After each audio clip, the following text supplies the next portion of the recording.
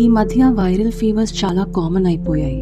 ప్రత్యేకంగా స్కూల్కి వెళ్లే పిల్లల్లో తరచూ వైరల్ ఫీవర్స్, కోల్డ్, కాఫ్ వస్తుంటాయి. దీనికి హోమియోపతిలో మెడిసిన్స్ ఏమైనా ఉంటాయా? డాక్టర్ గారి మాటల్లోనే వినేద్దాం. ఈ రాబోయే వైరస్ వాళ్ళకి అటాక్ చేయకుండా దీంట్లో ప్రివెన్షన్ మెడిసిన్ లాస్ట్ టైం మీ దగ్గర నేను కరోనాకు ముందు తీసుకున్నా. దానివల్ల నేను చాలా వరకు సేవ్ అయ్యా చెప్పాలంటే. మా ఫ్యామిలీ మొత్తం ఎటువంటి దాంట్లో పడకుండా, ఫస్ట్ దీంట్లో పడకుండా సెకండ్ దాంట్లోకి పడ్డా వెంటనే మనం బయటకు పడగలిగాం. ఆల్రెడీ మేము మా దగ్గర ఉన్నప్పుడు ఒక పర్సన్ 3 months తీసుకుంటే వాళ్ళకి ఆల్ పర్పస్ అని ఒక మెడిసిన్ సెలెక్ట్ చేస్తాం. వాళ్ళకి అదే ఆల్ పర్పస్ ఆ పర్సన్ కు ఏ ప్రాబ్లం వచ్చినా ఆ మెడిసిన్ వేయొచ్చు అన్నమాట. తులవారికి కనుక చూసుకున్నట్లయితే శని 6వ స్థానంలో ఉన్నాడు, మంచివాడే. అయితే ఇక్కడ 6లో ఉండే శని యొక్క రాశిలో రాహువు మరియు ఆ శని ఉండే రాశి యొక్క ప్రభావం గురువు అయినటువంటి 9వ స్థానంలో ఉండడము, లాభంలో కేతు ఉండడం, ఇవి కనుక చూసుకున్నట్లయితే మీకు ఇది 2027 6వ నెల వరకు ఉంటాడు అక్కడ శని. దీనివల్ల కలిగేటువంటి మంచి ఫలితాలు ఏమిటి, జాగ్రత్తలు ఏమిటి, ఏ విషయాల పట్ల మీరు జాగ్రత్త తీసుకోవాలనేటువంటి అంశాలు చెప్తుంది నేనైనప్పటికీ కూడా చెప్పిస్తుంది సాక్షాత్ లలిత అమ్మవారిగా భావిస్తూ. ప్రధానంగా 6 శని మీకు ఏదైతే కెరీర్ సంబంధించిన విషయంలో ప్రయత్నం చేస్తుంటారో ఆ యొక్క ప్రయత్నంలో ప్రధానంగా విదేశాలకు వెళ్ళాలని చేసే ప్రయత్నం ఖచ్చితంగా అనుకూలిస్తుంది. అందులో ఎటువంటి సందేహం లేదు. శత్రువుపై జయం కూడా ఉంటుంది. కాకపోతే కొన్ని కుటుంబ సభ్యులు తీసుకునే నిర్ణయాల విషయాల్లో కొంత స్ట్రెస్ ఉంటుంది. అగ్రిమెంట్స్ లేకపోతే కొన్ని ఉంటాయి. ఆ అగ్రిమెంట్స్ రిలేటెడ్ సంబంధించిన కొంచెం స్లో డౌన్ అవుతుంది, అంతకుమించి ఏం లేదు. కాకపోతే మీరు ఏవైతే గృహ సంబంధించినటువంటి విషయంలో ఫాస్ట్గా అవ్వాలి, లేకపోతే హోమ్ లోన్స్ కోసం చేసే ప్రయత్నం ఏదైతే ఉంటుందో అది చక్కగా అనుకూలిస్తుంది. కాకపోతే ఇక్కడ మీ యొక్క సంతానము, మీ యొక్క ఫ్రెండ్స్, మీరు ఇష్టపడిన వారు, వాళ్ళు ఇన్వెస్ట్మెంట్స్ చేసేటువంటి అంశాల్లో కొద్దిగా జాగ్రత్తగా ఉండాలి చెప్పాలంటే. అయితే ఇది మీకు 6వ స్థానంలో శని మంచివాడే, కానీ మీ జీవిత భాగస్వామి తను ఏదైనా ఇన్వెస్ట్మెంట్ అతను కావచ్చు ఆమె కావచ్చు చేసేటువంటి విషయాల్లో కాస్త జాగ్రత్తగా ఉండండి.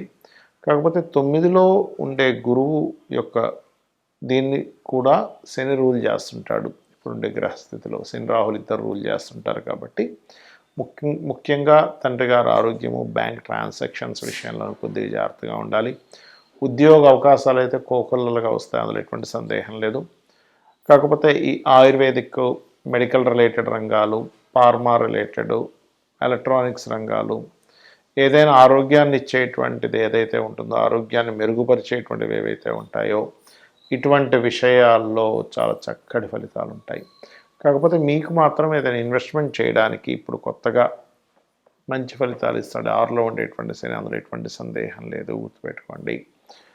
అయితే లోన్స్ కోసం చేసే ప్రయత్నం ఫలిస్తుంది. గత పాత లోన్స్ ఏదైనా తీర్చేసుకొని మళ్ళీ కొత్తగా ఏదైనా ఫ్రెష్గా లోన్ అప్లై చేసుకోవడం మీకు బాగుందని చెప్పుకోవచ్చు.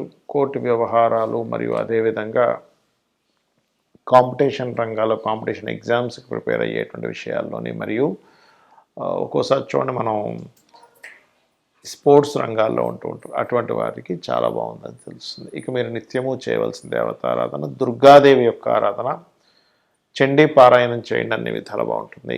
శని ఏలినాటి శని అనుకోండి, అర్ధాష్టమి శని అనుకోండి, అష్టమ శని అనుకోండి, లేదా శని మహాదశలు అనుకోండి, శని అంతర్దశలు అనుకోండి. మొట్టమొదటిగా మనం అమ్మో కష్టాలు ఇచ్చేస్తాడు, అమ్మో ఫైటింగ్ చేయాలి, అయ్యి బాబాయ్ ఏమైపోతుందో ఫస్ట్ ఈ భయం నుంచి బయటికి రండి. ఎందుకంటే ఫైటింగ్ మనమే కాదు, దేవతలు కూడా వాళ్ళు ఫైట్ చేస్తారు లైఫ్లో. మనమందరం మొక్కేటువంటి లలిత అమ్మవారు బండాసుడితో ఫైట్ చేయలేదా? శివుడు త్రిపురాసుర సంహారం చేశాడు. గణపతి, మనం చూడండి ఏ దేవతను తీసుకోండి వాళ్ళకేమి సుఖంగా హ్యాపీగా అలా ఏం కూర్చొని లేరు. ఆంజనేయ స్వామి మనకి లంకకు 100 యోజనాల లంక ఇక్కడ నుంచి ఎగురుకుంటూ వెళ్ళి అక్కడ చాలా బీభత్సం చేసి మళ్ళీ వచ్చాడు. శ్రమ పడకుండా ఉన్నారా ఒకసారి ఆలోచించండి. మహాగణపతి, ఆయన ఎన్ని గణపతి యొక్క వృత్తాంతంలో మనం విన్నాంగా. అదేవిధంగా శివుడు, విష్ణువు ఎన్ని అవతారాలు ఎత్తాయండి, రామావతారం, కృష్ణావతారం. ఎందుకు ఏం కష్టం, ఎందుకు నాకు ఇవన్నీ ఎందుకు అని చెప్పి దూరంగా ఉండొచ్చుగా. అంటే మన జీవితం దేవతలైనా, యక్షులైనా, గంధర్వులైనా, మనుష్యులైనా ప్రతి జీవి కూడా దేవతలతో సైతం వాళ్ళ లైఫ్లో ఒక కృషి చేసేటువంటిది, ఫైట్ చేసేటువంటిది ఉంది. మనందరం ఏంటంటే ఫైట్కి దూరంగా పారిపోతున్నాం, అమ్మో నాకు వద్దు. అది సంసార చక్రం నుంచి కూడా దూరంగా పారిపోతున్నాం, అమ్మో నాకు వెళ్ళొద్దు, ఎవడు పడతాడు, అమ్మో నాకు పిల్లలు వద్దు, ఎవడా బాధ్యత తీసుకుంటారు, అమ్మో నాకు ఉద్యోగం వద్దు, చక్కగా నేను ఈ ఆశ్రమంకి వెళ్ళిపోతాను అని అనుకుంటున్నారు. కానీ ఇక్కడ మీరు అర్థం చేసుకోవాల్సింది ఏంటంటే ఇవన్నీ మీ యొక్క కర్మలు. శని కర్మకారకుడు, కర్మను అందించడం మాత్రమే శని యొక్క బాధ్యత. అంతేగాని శని వస్తున్నాడు అనగానే అమ్మో ఏదో అయిపోతుంది, ఏదో మునిగిపోతుంది, ఏదో అయిపోతుందని కాదు ఇక్కడ మీరు అర్థం చేసుకోవాల్సింది. శాటర్న్ ఆల్వేస్ టీచర్స్, అంటే మనకి ఒక విషయాన్ని నేర్పిస్తూ ఉంటాడు. మనకి చూడండి, ఏదైనా కష్టం వచ్చినప్పుడే మనకి దానికి ఇంకొక మార్గం తెలుస్తుంది. ఒక రూట్లో వెళ్తున్నాము, ఆ యొక్క రూట్లో వెళ్తున్నప్పుడు అక్కడ ఉండేటువంటి ప్రాంతం బ్లాక్ అయింది, అప్పుడు మనం ఇంకొక మార్గం గుండా వెళ్ళి గమ్యాన్ని చేరుకుంటాం. అంటే గమ్యం చేరుకోవడానికి కొన్ని ఆటంకాలు ఏర్పడితేనే మీకు మరొక కొత్త రూట్ తెలుస్తుంది. కొత్త రూట్కి వెళ్తున్నప్పుడు మీకు జ్ఞానం పెరుగుతుంది. అలాగే లైఫ్లో కూడా ఒక ఉద్యోగం పోయింది, ఇంకో ఉద్యోగం వస్తుంది, లేదా ఇంకోటి ఏదో కష్టం పడుతున్నాం, ఫైనాన్షియల్గా ఇబ్బంది వస్తుంది, అప్పుడు ఇంకో ఫైనాన్షియల్గా ఇంకెలా సంపాదించాలని తెలుస్తుంది. కాబట్టి ఏంటి, శని ఆల్వేస్ కర్మకారకుడు, లాభాలకు కారకుడు, ఉద్యోగానికి కారకుడు, ఆయుష్కి కారకుడు. ఈ పాయింట్ ఆఫ్ వ్యూలో ఆలోచించండి. శని ఎప్పుడు కూడా మనం ఎక్కువగా శ్రమ పడుతూ ఉంటే మనల్ని ప్రత్యేకంగా ఆయన ఇబ్బంది పెట్టేది ఉండదండి. నిత్యము మీరు పని చేసుకుంటూ ఉండండి, ఏదో ఒక పని, ఖాళీగా ఉండకుండా మీకు ఖచ్చితంగా బాగుంటుంది. అయితే శని యొక్క ప్రభావం తగ్గడానికి మీరు చేయవలసిన దేవతా ఆరాధనలు ఏంటో చెప్తాను. మీకు దగ్గరలో ఆంజనేయ స్వామి కానీ, గణపతి కానీ, లక్ష్మీనరసింహస్వామి కానీ, స్కందుడు కానీ, శక్తి ఆలయం, అమ్మవారి ఆలయాలు ఏమున్నా రోజు ఒక్కసారి వెళ్ళడం మీరు ప్రాక్టీస్ చేయండి. అంటే మీరు రోజు ఒక్కసారిని వెళ్ళేసి అక్కడ ప్రదక్షిణం చేసుకొని చక్కగా అక్కడ కూర్చొని ఒక కాసేపు రాండి, మీరే చూస్తారు దాని ప్రభావం. ఎందుకంటే మన చుట్టూ ఉండే ఆరాతో సంబంధం ఉంటుంది గ్రహ ప్రభావాలు. ఎప్పుడైతే మనం ఒక పాజిటివ్ ఆరాలోకి ఎంటర్ అయ్యామో నెగటివ్ ట్రిగరింగ్ అనేది తగ్గిపోతుంది. పాజిటివ్ ట్రిగర్ అంటే మనకి ఏమంటే ఒక్కసారిగా గుడికి వెళ్తే అన్ని కష్టాలు పోతాయో కాదు, మీరు ఎలా హ్యాండిల్ చేయాలి, మీ మనసు, మీ ఆలోచనలు అన్నీ కూడా క్లియర్ అవుతాయి, గుర్తుపెట్టుకోండి.